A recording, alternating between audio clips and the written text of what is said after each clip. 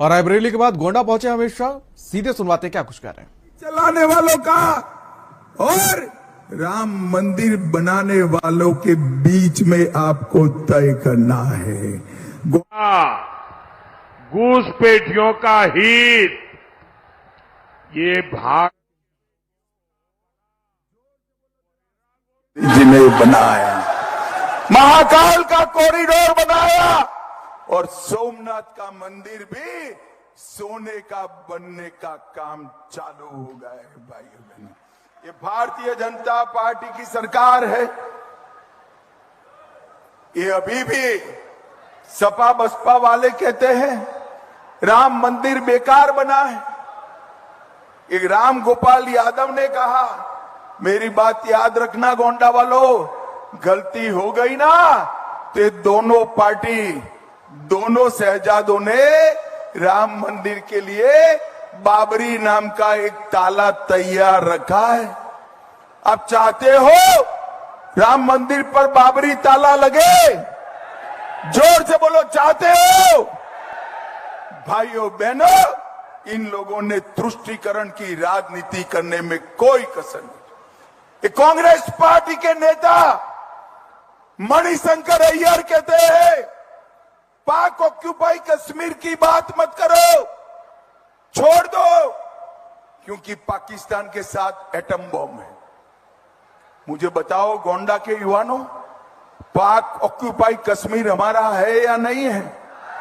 जोर से बोलो, है या नहीं है? भारत इसको छोड़ सकता है क्या? ये फारूक अब्दुल्ला, इंडिया अलायंस के नेता और मणिशंकर अय्यर हमें डराते हैं। अरे फारूक जी, मणिशंकर जी, डरने वाली सरकार गए, ये 56 इंच के सीने वाले नरेंद्र मोदी की सरकार है। मैं आज इस गोंडा की पवित्र भूमि पर, लाड़ी जी की और पतंजलि की भूमि पर कह कर जाता हूं, पाक ऑक्यूपाई कश्मीर हमारा है, दुनिया की कोई ताकत हमसे उसको छीन नहीं सकती। भाइयों बहनों, मुझे बताओ, धारा 370 हटानी चाहिए थी या नहीं हटानी चाहिए? अरे जोर से बोलो भाई। ये कांग्रेस वाले कहते हैं हम धारा 370 को वापस लाएंगे। राहुल बाबा, 70 साल से आप धारा 370 को संभाल कर बैठे थे। कश्मीर में तिरंगा नहीं फहरता था, आतंकवाद फैला था।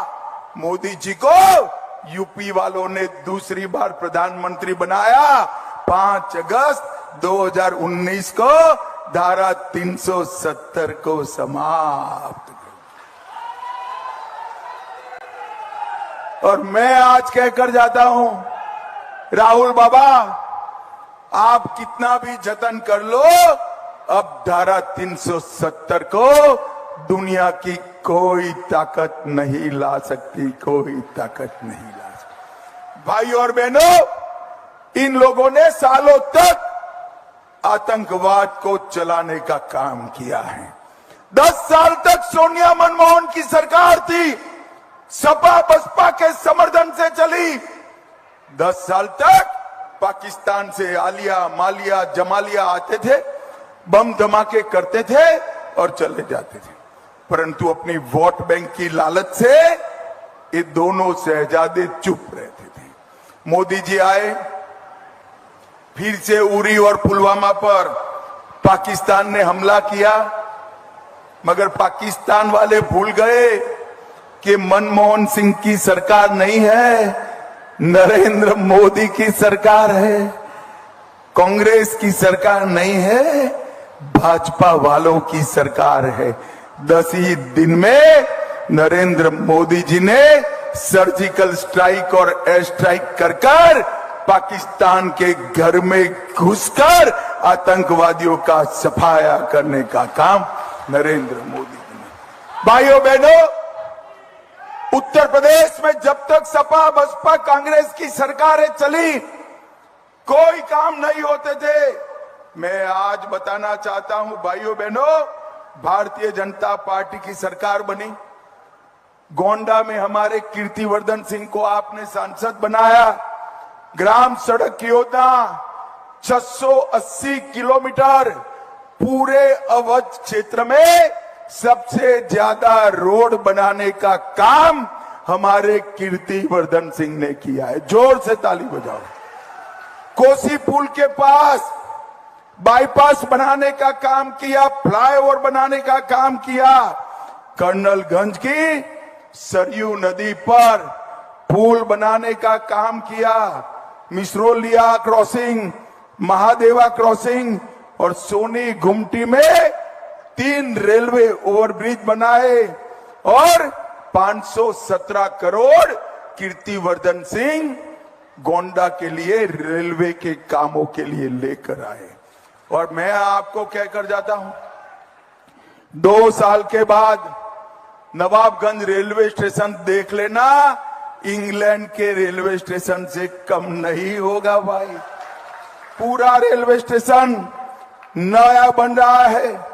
गोंडा से दिल्ली तक वंदे भारत ट्रेन चलाई, टिकरी रेलवे स्टेशन का नवीनीकरण हो रहा है।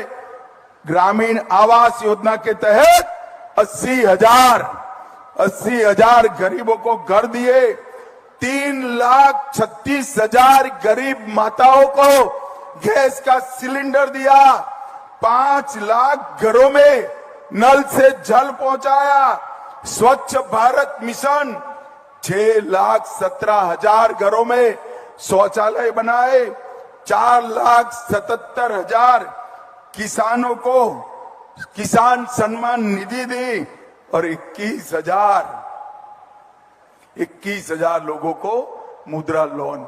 ये आंकड़े पूरे यूपी के नहीं है, सिर्फ कीर्तिवर्धन सिंह के प्रयास से गोंडा के है भाई, गोंडा के है। पूरे अवध क्षेत्र में गरीब कल्याण का काम कहीं पर सबसे ज्यादा हुआ है तो अपने गोंडा में हुआ है। भाइयों बहनों, सपा की सरकार थी, ये गुंडे परेशान करते थे या नहीं करते थे? गरीबों की जमीन कब्जाते थे या नहीं कब्जाते? 2017 में आपने भाजपा सरकार बनाई, मोदी जी ने योगी जी को मुख्यमंत्री बनाया, योगी जी ने गुंडों को उल्टा लटका कर सीधा करने का काम कर दिया। आज हमारा उत्तर प्रदेश उत्तम प्रदेश बनने की दिशा में आगे बढ़ रहे हैं। पहले यहां पर देसी कट्टे बनाने की फैक्ट्रियां थी, अब डिफेंस कॉरिडोर में तोप के गोले बन रहे हैं जो पाकिस्तान को सीधा करने का काम करेंगे। यहां पर पहले वाहन चोरी का काम चलता था, अब वाहन बनाने की फैक्ट्रियां लग रही हैं। चेन स्नेचिंग का इंडस्ट्री चलता था, इसकी जगह मेडिकल डिवाइस पार्क बनता है। और भाइयों बहनों, हमारे गोंडा में सबसे ज्यादा गन्ना होता है। इस सपा बसपा की सरकारों ने 20 चीनी मिलें बंद कर दी थी, भाजपा ने 20 को चालू किया, 5 नई बनाई और 38 मिलों की कैपेसिटी बढ़ाने का काम किया। और गन्ना की बुआई के क्षेत्रफल में 9 लाख हेक्टेयर की बढ़ोतरी करने का काम भारतीय जनता पार्टी ने किया। और मित्रों, 95 से 2017 तक सिर्फ 23,000 करोड़ का भुगतान होता था। 2017 में भाजपा सरकार आने के बाद गन्ना के किसानों को 2,50,000 करोड़ का भुगतान करने का काम भारतीय जनता पार्टी ने किया। इथेनॉल को पेट्रोल डीजल में मिक्स कर गन्ना किसानों का कल्याण किया और पूरा गन्ना का काम आगे बढ़ाने का काम नरेंद्र मोदी जी ने किया। भाइयों बहनों, 2017 में भी ये 2 साझादे इकट्ठा होकर आए थे और क्या हुआ था याद है? विधानसभा में दोनों इकट्ठा होकर आए थे, 2 लड़के करके। यूपी की जनता ने उनका सुपड़ा साफ कर दिया था और इस बार भी इकट्ठा होकर आए।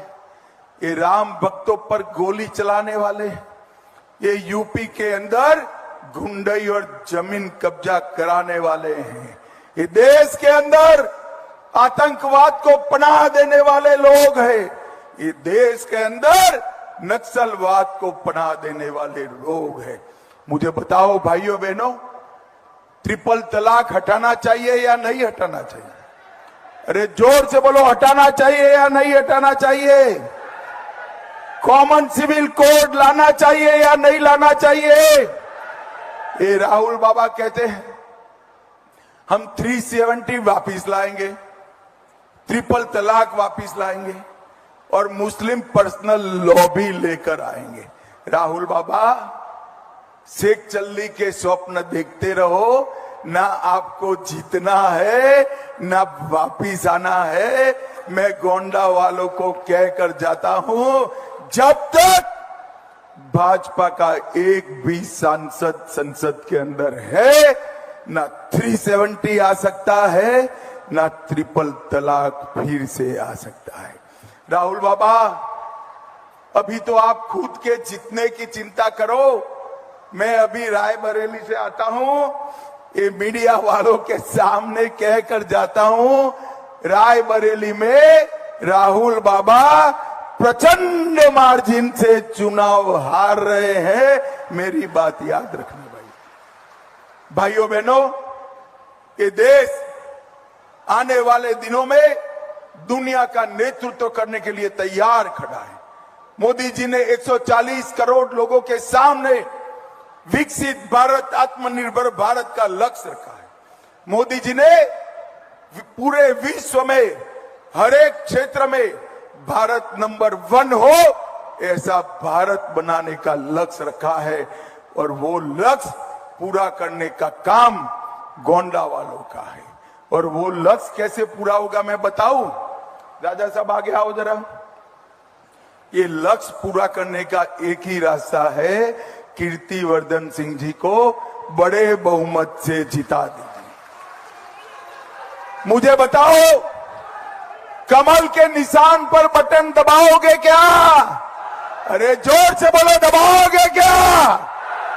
कीर्तिवर्धन सिंह जी को जिताओगे क्या? फिर से 400 पार कराओगे क्या? मोदी जी को तीसरी बार प्रधानमंत्री बनाओगे क्या?